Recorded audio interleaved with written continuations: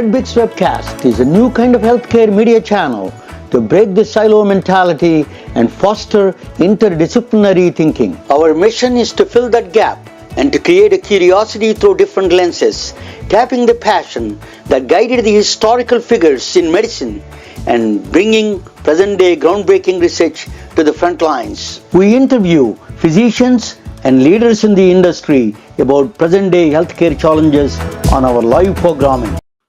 Hey, welcome to the MedBix webcast. This is Ramana Annamaraju, the host of the MedBreaks. No, I'm not Albert Einstein. Probably my guest most closer. He can come closer to the Einstein's ideas and everything. Dr. Eben Alexander is going to be joining with us, and then there is another doctor who is going to join with us. She's a podcast host. Diana Landonio is going to join with us. Actually, I wanted to, how I came across Dr. Alexander, very interesting. I was a vivid reader of Scientific American. He was an argument, or he was kind of talking with somebody back and forth with a gentleman. He's arguing with Dr. Alexander about his stories, all these things. I didn't know what Alexander went through, Dr. Alexander. So I was curious. After that, but the guy who was, I don't know his name exactly, I forgot his name, but the guy who is arguing with Dr. Alexander is citing some of the not really science, is twisting science itself, a little bit. So I jumped in. Dr. Alexander responded to me at the time. He probably doesn't remember. But that was my first encounter, and then I went through a little bit more about him, and it was a fascinating story. I'm going to play his background a little bit. Let me show you his background from a channel on ABC. I'm going to play that and see what do you think of it. Then I hope he's going to join soon. I'm waiting for him. But let me play this video of Dr. Alexander. So you will get some introduction. Okay, thank you. Wait 1 second. 2020 continues. Is there proof of heaven? Once again, Elizabeth Vargas. 8 million Americans claim to have had a near-death experience, but neurosurgeon Eben Alexander never thought in 1,000 years he would be one of them. What did you think those were? Fantasies, hallucinations. He was a man of science. He didn't believe in it. That is, he says, until it happened to him. Let's talk about how you got sick. You woke up in the middle of the night feeling ill and in pain. It was like being struck by a freight train. 4:30 in the morning, woke up, never had anything like that before. My last words to my wife, don't call 911. Trust me, I'm a doctor, it's just a muscle spasm. And I was gone. Dr. Alexander had a rare and deadly form of bacterial meningitis which was infecting his brain. In a matter of hours, this healthy man was on death's door. By the time they got him to the hospital, he was in a coma. So your wife was being told that you might die? And that she would be raising our 2 boys without me.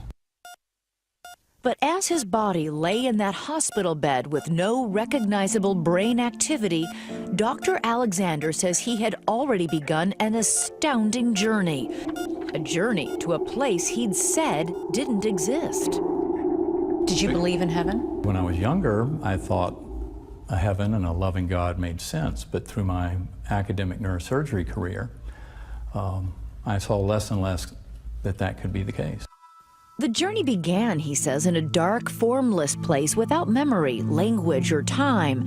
But then I was rescued from that by this spinning melody of light that came closer and opened up, and was a rip in the fabric of reality that just opened up around me. You described this world as hyper vivid. The colors were extremely vivid, with millions of butterflies. And these flowers blooming, blossoms opening as we flew by. And by his side, An unknown presence. There was a person guiding you, a beautiful girl, as you describe her. Tell me what she looked like. She had a beautiful face with a wide smile and high cheekbones and absolutely gorgeous, clear blue eyes. She never said a word to me. She would look at me and the thoughts would come directly into my mind, into my awareness. What thoughts? And the thoughts were, you are loved, you are cherished. There's nothing you can do wrong. I always remember being told, we will teach you many things, but you'll be going back. Back to the hospital where his wife kept her vigil and his doctors were giving up hope. On the 7th day of his coma, he opened his eyes. It was just nothing but a miracle.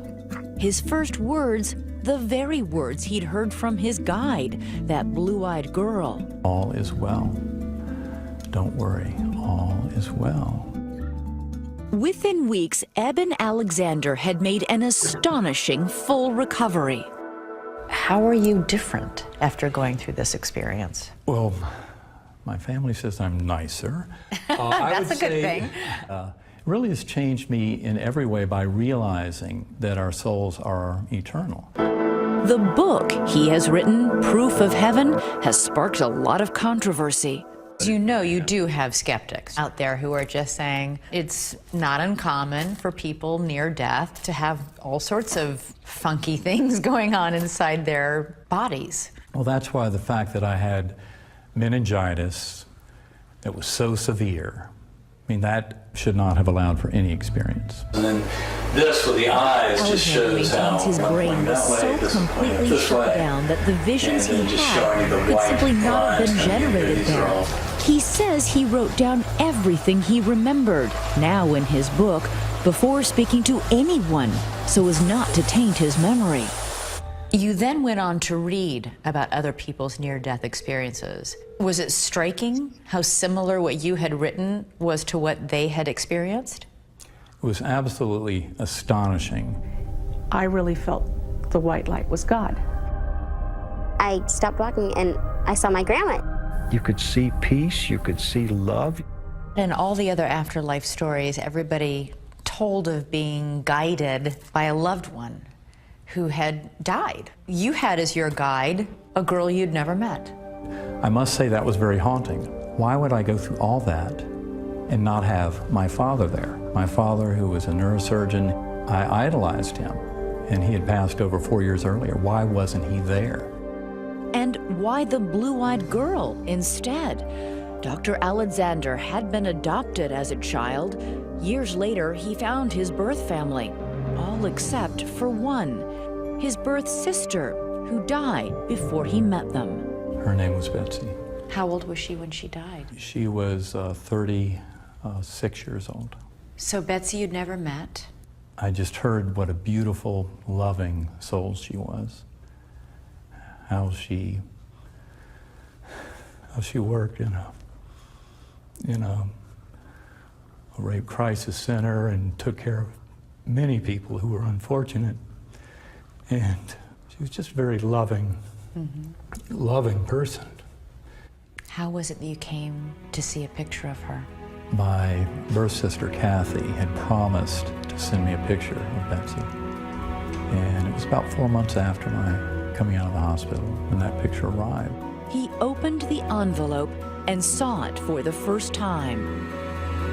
The photo, he says, was of that blue-eyed girl from his vision. And it was so stunning. And that picture was almost as if she's saying, "Do you get it now?" And I cannot tell you how powerful that was. There was no mistaking it. That's exactly who it was. Life is back to normal at the Alexander household these days. There are soccer games to watch, dinners to be shared, grace to be said. But Dr. Alexander says he's on a mission now. I hope to tell my story to everyone I possibly can around this world, because I think it will help this world to be a much better place. System. But anyway, Dr. Alexander, I gave introduction about you and played a video on ABC. Thank you for coming. You're not feeling well, but you showed up. Thank you, sir. The third time, I'm honored, completely honored. Think of the mind and body connection. This is a big debate, Dr. Alexander, as you know, as is a big debate that mind and body. There's two schools of thought. One school of thought is mind is a reducible is emergent property of the brain. The other school of Right. thought is mind is just a universal consciousness is there somewhere. It is a mind is nothing to do. It is not. We are just a filtering mechanism brain. That's what you're saying about mind and body connection. Well, I think the problem, Rene Descartes was trying to put us into a dualistic mode, where you have mind and brain, you have the physical world, and you have our perception of it, and then pretend that they seem to work in parallel, but they both seem to exist. But the problem is, the only thing we really know to exist is mind and the contents of mind. That's what people experience. And in fact, I would say the best way to start making sense of it, really acknowledge that and say, well, we have mind, and then start understanding how the physical can emerge from the mental. How can the mental have so much power over determining what we observe and what we experience? And so for me, as we argue in our book, Living in a Mindful Universe, some form of idealism, of the prominence of mind over matter, is going to be the answer. And of course, as my partner, Karen Newell, who is also the co-author in that book, Living in a Mindful Universe, always reminds me, it's really spirit over matter. And when we say that, of course, we're just acknowledging that this thing we call mind is not individual. This thing we call mind is shared. And the evidence for that is overwhelming. For example, telepathy is a very real phenomenon. 25% of identical twins have powerful telepathic experiences. And telepathy is clearly operative between many other humans other than just identical twins. But once you start realizing that mind is not created by the brain and is not isolated, in a 3.5-pound gelatinous mass sitting in a warm, dark bath between your ears inside your skull, then we start realizing this grand aspect of mind. And that's really where we have to go, is more towards a form of idealism. And I think the more you hear us talk about it, and especially this kind of shared concept of mind, because I think the one mind hypothesis, or the primordial mind hypothesis that we argue in Living in a Mindful Universe, is really the closest to reality. I'm sorry about my lighting. It's That's okay. You're fine. Greek okay. philosopher Plato, he said that something about that is also only mind. All the physical things are illusion. That's one of the Plato's concept was ideal world and the principal world. He says that only these are the shadows. The real physical objects are the shadows of the mind. That's what he says. So this is a. Can you explain a little bit about the Plato and the Leibniz? Also, you mentioned the living mindful universe. Leibniz, I don't know I know his physics of the mathematics. He did calculus, but he did something about the mind also. I didn't understand what he said.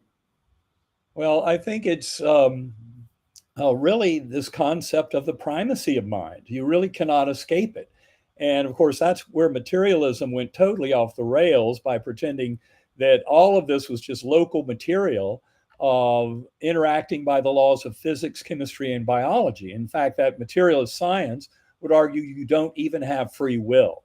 But I think this very kind of expanded view, which would kind of take Plato's world of ideals and really run with it, is kind of all that any of us really know. I mean, for me, in my near-death experience, I came face to face with a very direct experience of the world of ideals, but for the individual soul. Now, when I say individual soul, of course, you're never a lone soul. Souls operate, in tandem, and that's one of the beautiful things, is we come to realize the most important thing at the basis of existence is our relationships with others and our interactions with others. And this is the process by which mind or consciousness evolves. I would say that the bigger picture of this discussion is right there with Pierre Teilhard de Chardin in his book, The Phenomenon of Man, from the mid-20th century, where he acknowledged that there was an evolution going on. At that time, the discussion was about Darwinian evolution in biological systems on Earth, but he knew there was something much bigger evolving, and that was all of consciousness. And that is what I think we're coming to realize. That's how this world works, and that all of consciousness is in this beautiful dance between individual sentient beings living their lives, but it's the choices they make with their free will and how their lives unfold that they learn the lessons of this oneness of mind and of our interconnectedness. And certainly, if you take near-death experiences seriously, the deepest lesson that humans are to learn in this era is one of love, compassion, kindness, how we're all in this together. And so this is not just some neutral mind field, but really one that's oriented towards our evolution towards that sense of love and connection. I call it the love of the creator for the creation. But that's really something that all of us experience in these broader journeys. For example, when we're liberated from the body and brain at the time of bodily death, that's when the mind force kind of re-engages with this ocean of the primordial mind. And yet there's a certain viscosity, so that you have this whole literature on reincarnation stories, for example, out of University of Virginia, where they have more than 2,700 such cases they've studied. And that's where you find that that this whole thing is a much bigger theater of operations than that of the individual mind, birth to death, nothing more. And that's where I think broadening our kind of discussion to this much grander field of the soul and the eternity of soul is what starts to make much more sense. And the NDE in that setting then simply becomes kind of Plato's world of ideals for the individual soul, and allowing us to go through life reviews. And an important thing to understand about life reviews is Bruce Grayson, who's had more than 45 years as a skeptical psychiatrist investigating near-death experiences, will tell you is the majority of them, something like 75%, involve experiencing things from the perspective of others, not just our own perspective. So in other words, during the life review, you recognize that we're sharing the dream of the one mind, and it's our interactions that are important, but that ultimately we are not individuals, but we're souls working together in terms of evolving towards this deeper understanding of our connection with the universe. When he appeared on Larry King now, that he was very skeptical about that. He was, how do you convince me? He's asking you, how do you convince me I will be reborn again? This is the end of the story. This life is, if once I die, everything is end. That's what he said. You answered something very eloquent. Could you please tell us that conversation? I'm sorry, I missed part of that question. This was which conversation? Larry King now, he appeared on the Larry King now. He said that I don't believe in reincarnation. I'm going to die. How do you convince me that he's asking you the question? How do you convince me that this is not the end of the story? Well, I think you start with near-death experiences, and they're fairly common. Pim van Lommel's Lancet paper, a very respected medical journal in 2001, Pim van Lommel analyzed hundreds of cardiac arrest patients and found that basically 1 in 5 of them had an extraordinary experience at the time of death. So that's a starting point. But of course, people argue, well, near-death experiences don't die, so I want to really know what happens when you die. Well, to get to that answer, you move beyond near-death experiences. And for example, you move into the territory of shared death experiences. I know I had many people come up to me after my talks early on, and they would share their own NDE or an after-death communication or something. But about 1 in 20 of them had a profound shared death experience where, for example, they might be gardening when their mother is dying 1,000 miles away. And when their mother dies, her soul comes through, grabs their soul, and the two souls go off together, even witnessing a full-blown life review of the mother's soul. And then the bystander soul comes back to this world. Shared death experiences are a tremendous argument against the materialist pseudo explanations that pretend that this is oxygen deprivation in the brain or carbon dioxide levels in the dying brain, etc. Shared death shows you something far more amazing that these phenomenal experiences, just like what happens in NDEs, can happen in perfectly healthy people. And then move beyond that discussion and include, for example, hospice, terminal care. There's a book by Christopher Kerr, who's the head of Hospice Buffalo in Buffalo, New York. And that book is called Death is But a Dream. And he is only interested in terminal care and what those people experience. And what he found is that 86% of his patients had very profound end-of-life dreams and visions that were exactly what you hear about in near-death experiences. They reunited with souls of departed loved ones. They ascended from darkness up into light. They had visited another realm. I mean, profound experiences in the hospice setting, the terminal care setting. And 99% of those patients who had such experiences said they were more real than the events of their normal living life. So when you put all these pieces together, and then, of course, if you go as far as we do in our book, Living in a Mindful Universe, we go beyond these issues of parapsychology and evidence for non-local consciousness. And we include philosophy of mind and the binding problem. We include the hard problem of consciousness applied to neuroscience, which is really an impossible problem for materialist neuroscience trying to pretend that the brain creates consciousness de novo out of physical matter. And we include, of course, quantum physics. So there's a tremendous amount of additional information that you can contribute to NDEs. We call it consilience. That is when all of these lines of evidence, neuroscience, philosophy of mind, parapsychology, non-local consciousness, quantum physics, all suggest that mind is primary in the universe. Let's pay attention to that. And that is exactly what this primordial mind hypothesis is all about, that we talk about in Living in a Mindful Universe. And it really looks at the brain as a filter, a reducing valve that kind of reduces that primordial mind down into this little eddy current of consciousness that we kind of take as our own, but all these lines of evidence show that we're sharing this one mind. And so when What do Larry you mean by filter means everything, all the possibilities exist, and then our mind is filtering that some of the things that is required, that is needed for us to survive. Well, I would say that the realm of possibilities is wide open to accept whatever choices our free will may make in all of the decisions we make in our lifetime.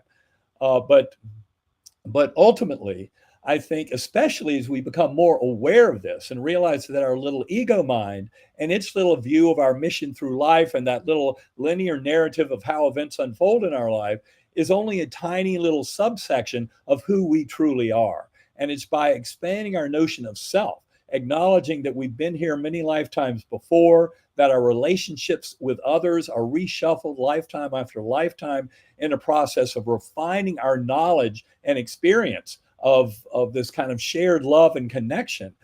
This is really where, to me, it becomes a much more expansive journey of understanding.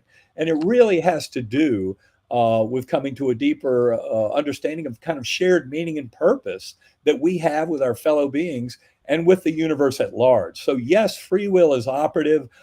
There are, completely wide open possibilities for the choices we make in life.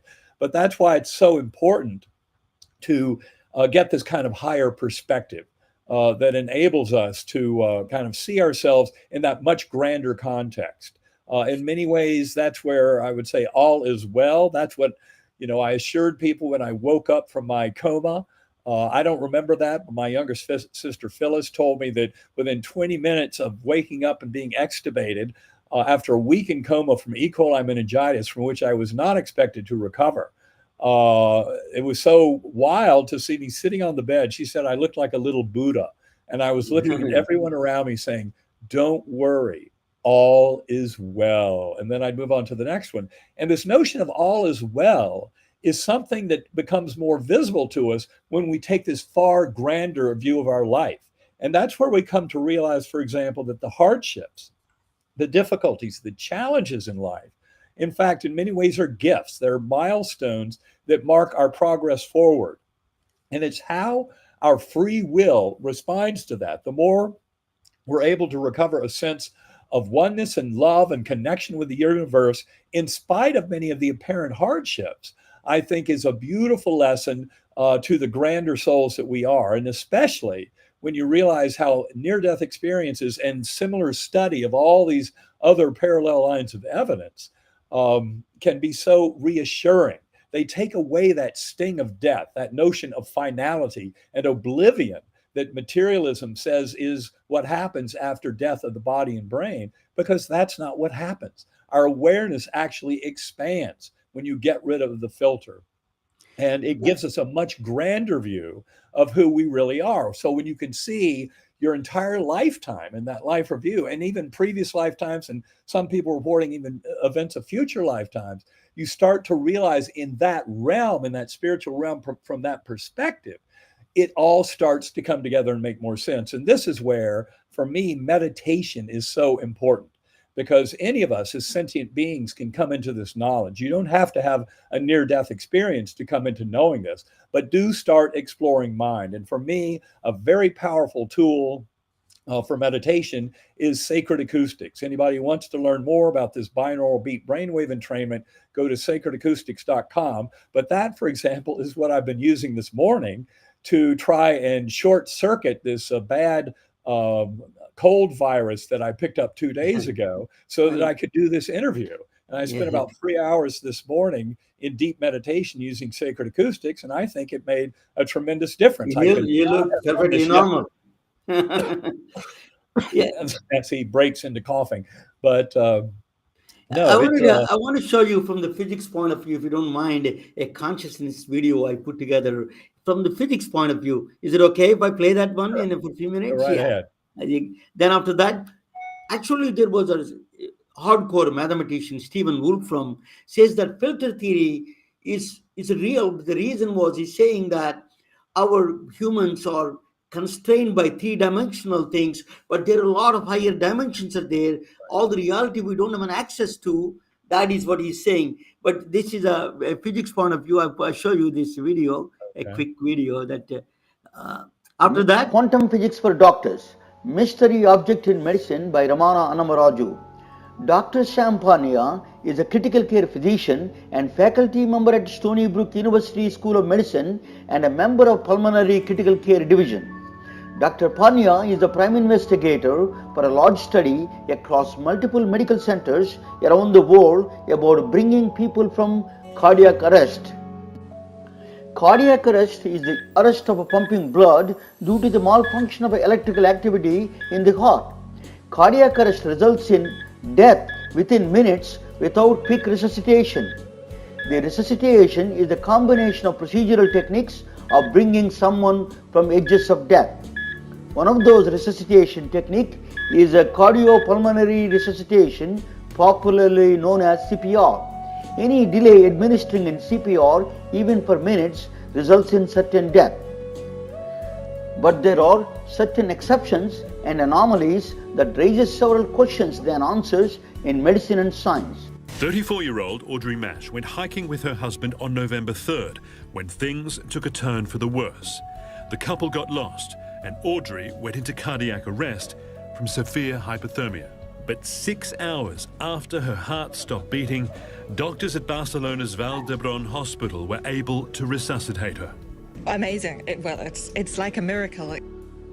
Audrey Schumann fully recovered and went back to her life as Audrey Schumann. Listen carefully what I said. She came back to life after dead for 6 hours as Audrey Schumann, not as a Margaret Thatcher, not as an African princess. Which one or what entity told her she is still Audrey Schumann? This is not some religious or a philosophical question. This is still under purview of scientific inquiry, particularly the process of cardiac arrest. Dr. Champagne is a prime investigator for the study called AWAKE, examines the process of dying and reviving. He conducted these studies in multiple medical centers around the world with reputable physicians with more than 2,000 subjects who went through cardiac arrest and successfully revived. Dr. Champagne argues there is a presence of some entity that is external to our world, beyond our space and time, reminding Audrey Schumann her identity. That entity is called consciousness. The study is a scientific odyssey of consciousness, the journey through an unknown world about some kind of a subjective awareness. Dr. Sam Parnia had faced a resistance from scientific establishment without giving a due process and trying to sweep the studies under the carpet. The detractors' claim is the so-called consciousness has no place in the field of medicine. But Parnia may have support from an entirely surprising field that is not so related to medicine, that is quantum cosmology. Andrei Linde, a well-known Russian-American professor of physics at Stanford University, gives a mathematical proof for the existence of consciousness. Linde was one of the authors of the theory of inflation. Professor Linde is a member of the National Academy of Sciences. When you apply quantum laws to the entire universe, the total energy of the universe must be equal to zero. If that is the case, nothing happened, nothing should happen, and nothing will happen in the entire history of universe. If everything is a zero-sum game, the act of you watching this video never happened, but the facts dispute, you know you're watching it. That is a scientific paradox. To solve this paradox, quantum cosmologists reluctantly injected an entity called a conscious observer. Your physical body is not excluded from the universe, but your consciousness is. Your mind became an observer. Now the entire energy of the universe can be equal to zero, your consciousness being the recorder of the history of the universe. Consciousness is the only way out to satisfy the mathematical equations of the universe.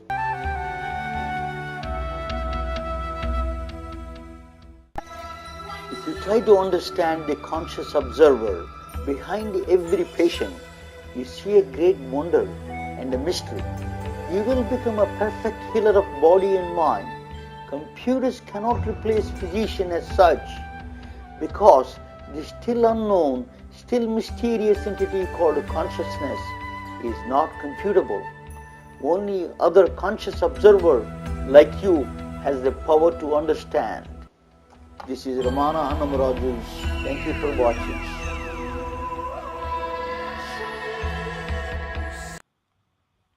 What do you think, Dr. Alexander?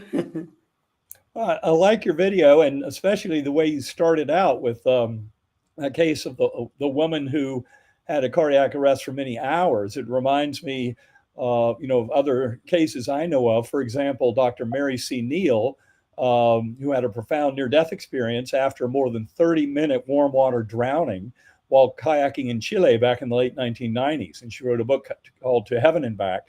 And she had a profound spiritual experience. And she was brought back to the surface dead, and they resuscitated her. She ended up making a full recovery. And you ask any physician what the brain is like after more than 30 minutes in a warm water drowning, and they tell you, no, it's turning to mush. And yet she had a profound recovery. One of the most extraordinary cases is one George Rodinea, who was actually killed by the KGB, put in a morgue for 3 days, and then he woke back up and he had a profound experience. So to me, these extraordinary cases just show us the value of acknowledging kind of our spiritual essence and this grander aspect of self beyond the ego self.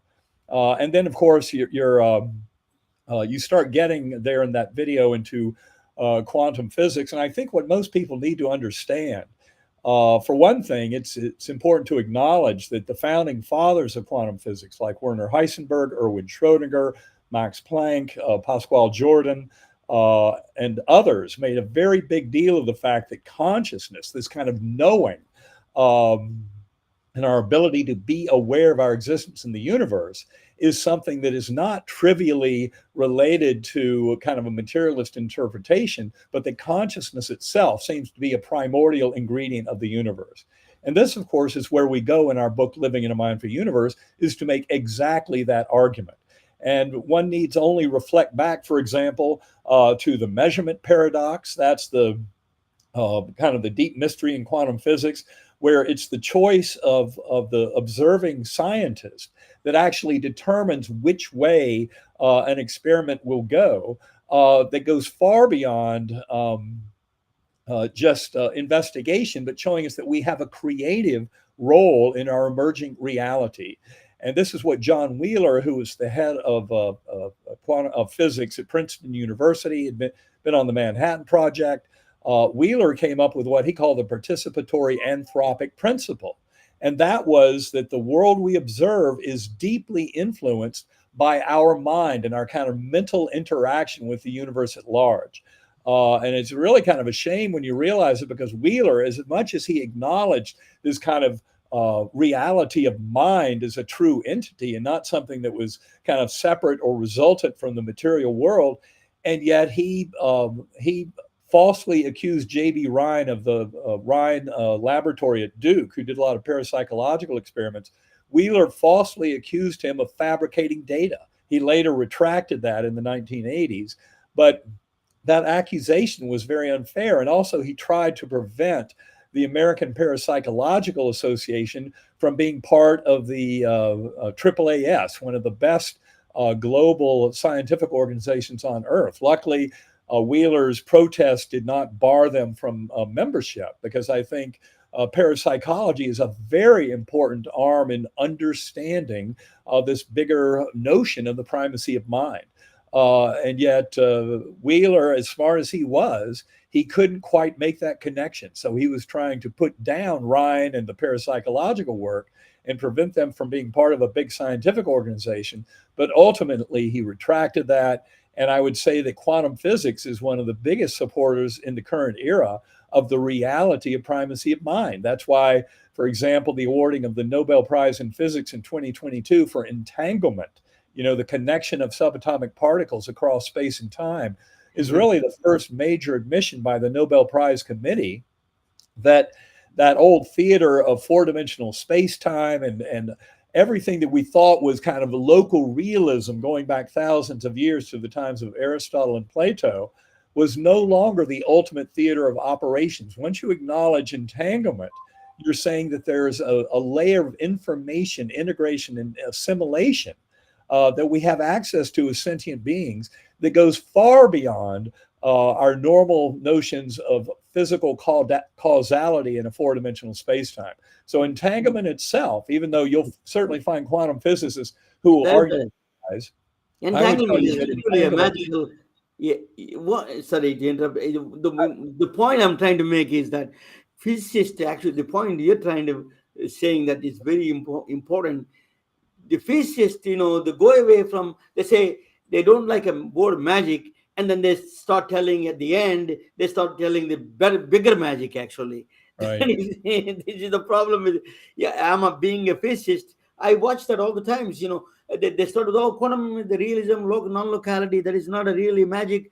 Then the moment then they say multi-universe, multiverse, and millions of billions of trillions of multiverse, it's a much more bigger magic, they're saying. So this is the problem with the business.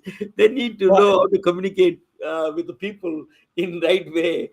That is a big challenge in that sense, So if you try to get away from this kind of trying to tell everybody that magic is not there, and then you end up telling a bigger magic, this really confuses people, in my view, Yeah, well, I think that that's very true, and this discussion leads us naturally into the realm of mind over matter, our ability to exert the will of our higher soul to manifest what happens in this universe.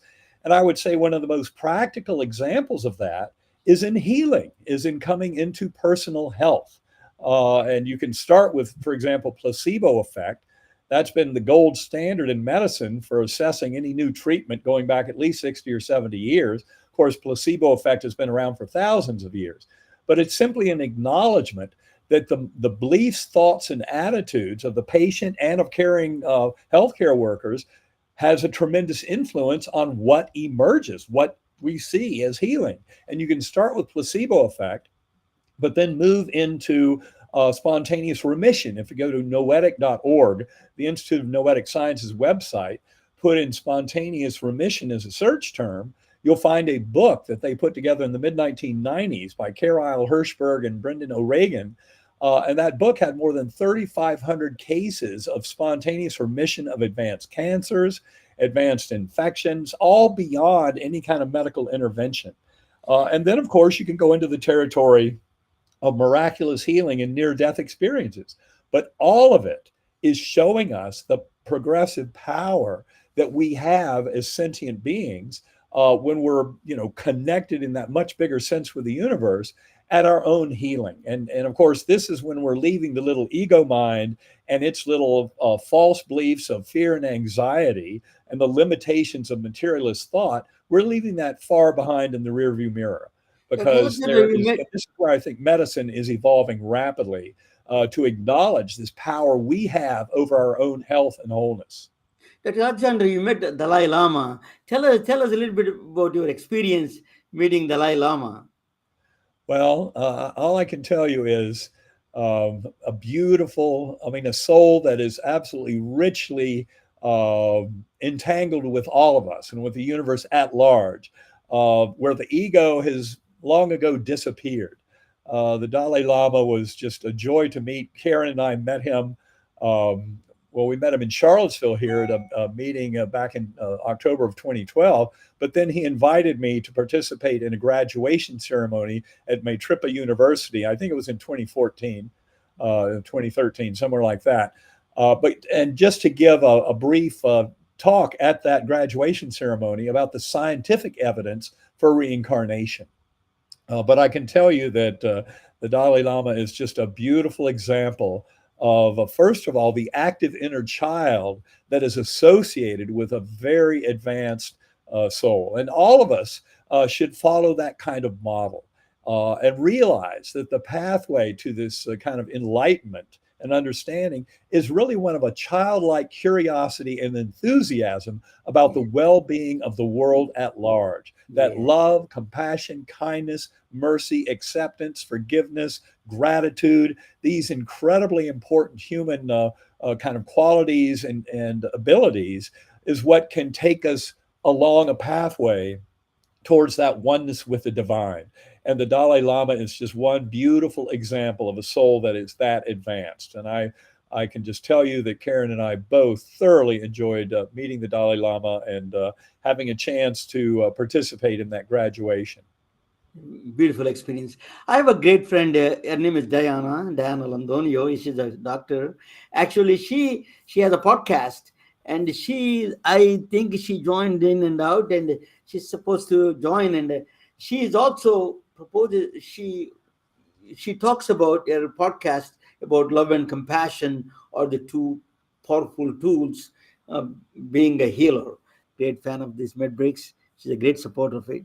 Doctor, my brother died last year in bacterial meningitis. In fact, he's a nuclear engineer. He was traveling around the world, and then he was installing nuclear reactors. And all of a sudden, he got stuck with the new bacterial meningitis and died within a day. He's like a father figure to us, and it was a big loss for all of our family members. So I was reflecting the life. What do you think is the purpose of life is? Why we are on the? I wanted to ask you, as a physician, as a philosopher, as she joined. Let me bring her. Hey, Diana. Welcome, Diana. Hi, how are you? Hello. That's Hey, Dr. Diana. Diana Landonio. Nice to meet So- you. Sorry, Thank you. I'm in my red scrubs. I'm like, this is not a good time to be bringing me on. I'm like in the middle of a clinic, but I listened to your talk and it was really powerful and it was really beautiful. So thank you for sharing your story and your talk is really powerful. Oh, my pleasure. Thank you so much. And we were just getting into the importance of kind of love and kindness in the heart as a healer. And of course, that's Absolutely. important for any one of us in coming to our own healing. But for those of us who, kind of view our lives as being in the work of healing others and helping others, there's no question of how compassion, empathy, love, kind of sharing the commonality of our existence, I think is a very important ingredient. And that's what I have found in so many of my colleagues who work in healthcare. I think that they get that, they acknowledge that, they manifest that. And yet, interestingly, we're all trained in this kind of modern conventional science, which at its heart is very much materialist. And that's where I'm hoping that the current era, the last decade or two, with our demonstration of the primacy of consciousness and interconnectedness of mind is something that can help all of us come to a richer sense of how we're truly all in this together.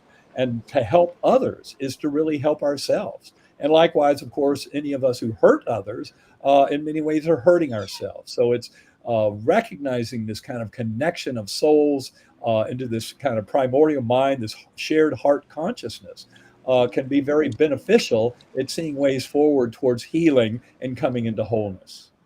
I agree, absolutely. I mean, law of karma is real. Even if you don't believe it, it's a law and it's real. Whatever we do unto others, it comes right back. So if you learn the lesson, the more you do good, the more it'll come back to you.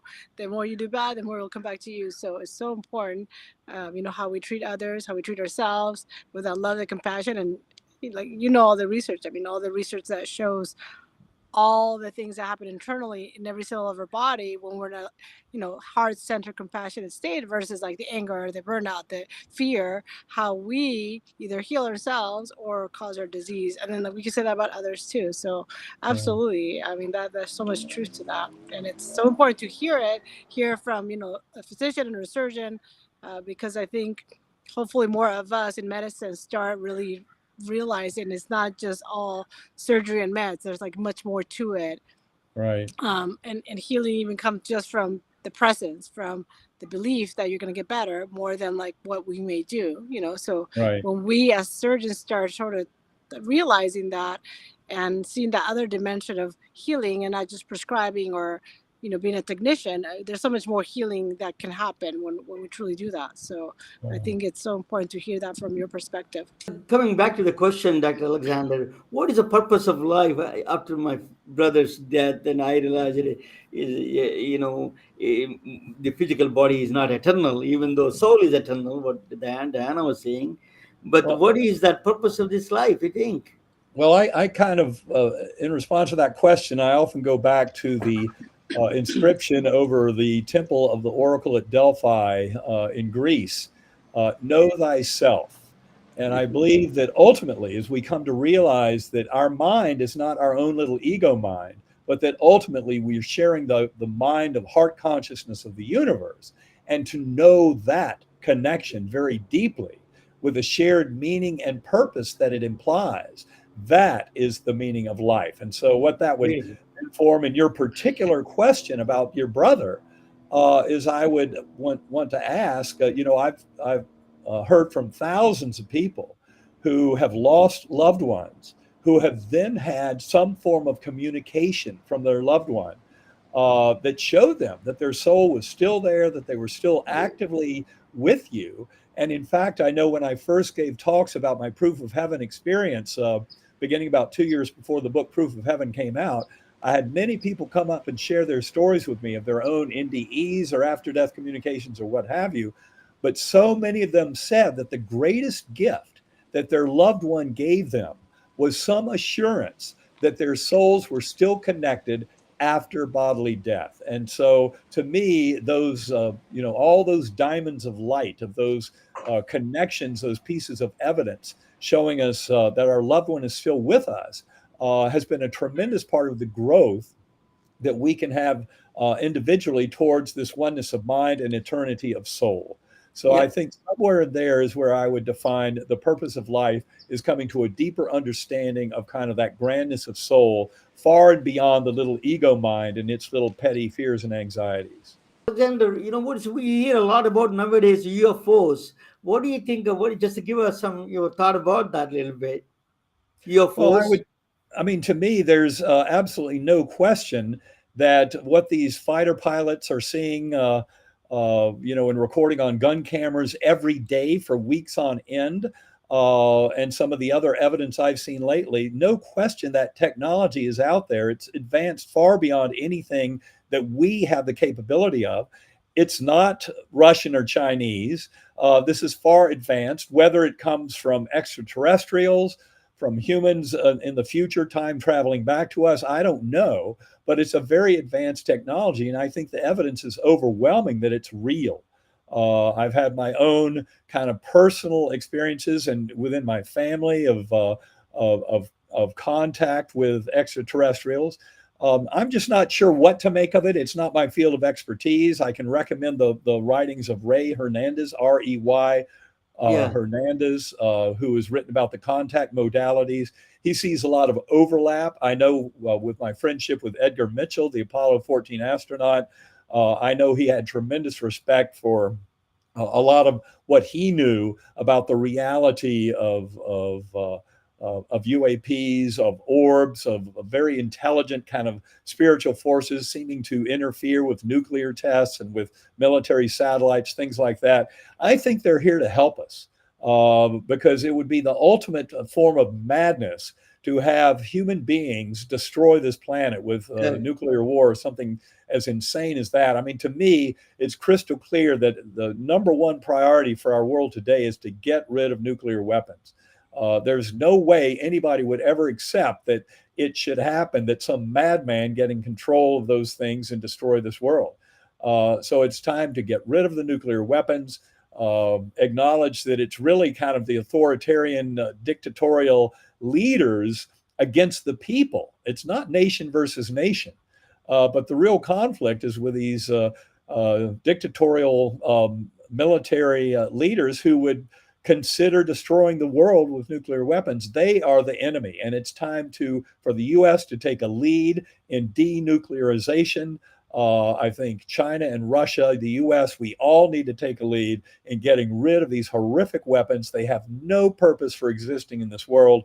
But I do believe that at some deep level, the UAPs represent forces that are here to try to protect us. You mentioned corporate greed, Dr. Alexander. That is actually Deepak Chopra saying that with this greed kind of thing, we are walking into sleepwalking into extinction human race. So, do you have some comment on that? In a corporate greed, how do you solve this? Well, corporate greed is just a form of toxic egocentricity or narcissism. For decades, the energy industry knew, in fact, we knew back in the early 20th century that burning carbon fuels would heat up the planet. Carbon dioxide lasts for hundreds of years. In the oceans, we've used up their buffering capacities. The evidence is crystal clear now that, human caused climate change is going to be our death, this whole planet. Millions of species threatened with extinction. And it's all because of corporate greed. They ignored the scientific evidence on purpose because the profit motive, the almighty dollar. Well, this is where the science of consciousness can lead us in a new direction, because the science of consciousness tells us we're all in this together. We're connected through that binding force of love. We're here to take care of each other. And that implies a much richer role for leaders in this world, away from corporate greed and narcissism, and towards caring for the higher good. And compassion are the powerful tools at the end of the day. That is from Hinduism to in the science to physics to everything. All the roads end at the love and compassion. In the healthcare, that need to be extended. We are not taking care of other people with the insurance companies and these kind of artificial things we're putting together, not caring for other people. We need to make this love and compassion that you're professing. That is very important. Can you give us the final word on the love and compassion? Well, I think there's just kind of a beautiful sense of kind of karma and balance in the universe. And the best way to harvest love and compassion from the universe is to serve as a conduit for love and compassion from the source in our dealings with all of our fellow beings. The more we manifest love and compassion for others, the more we'll bathe in an ocean of that love and compassion. So it's kind of a very simple concept and yet very powerful in what it can bring to our lives. And of course, this is another reason why meditation, centering prayer are very important, because they give us a respite from the kind of incredible struggling match of our ego. Thank you, Dr. Alexander. Your cough is gone. You look more energetic now. Thank you so much. It's an honor and privilege to have you. I'm always enjoy your conversation with you. Well, Ramana, thanks so much for having me on. It's great talking with you as always. And we'll talk again sometime soon. Yeah, absolutely, sir. We are retelling their stories through our patented designs that can be worn on scrubs, t-shirts, printed on conference bags, and endless other promotional materials. Daily Wear for Medicine is the first ever of its kind to create curiosity in medicine through visual art. We at MedBricks are celebrating unsung heroes of the past who made enormous contributions to the field of medicine through our unique campaign called Daily Wear for Medicine. You can wear it, carry it, and give it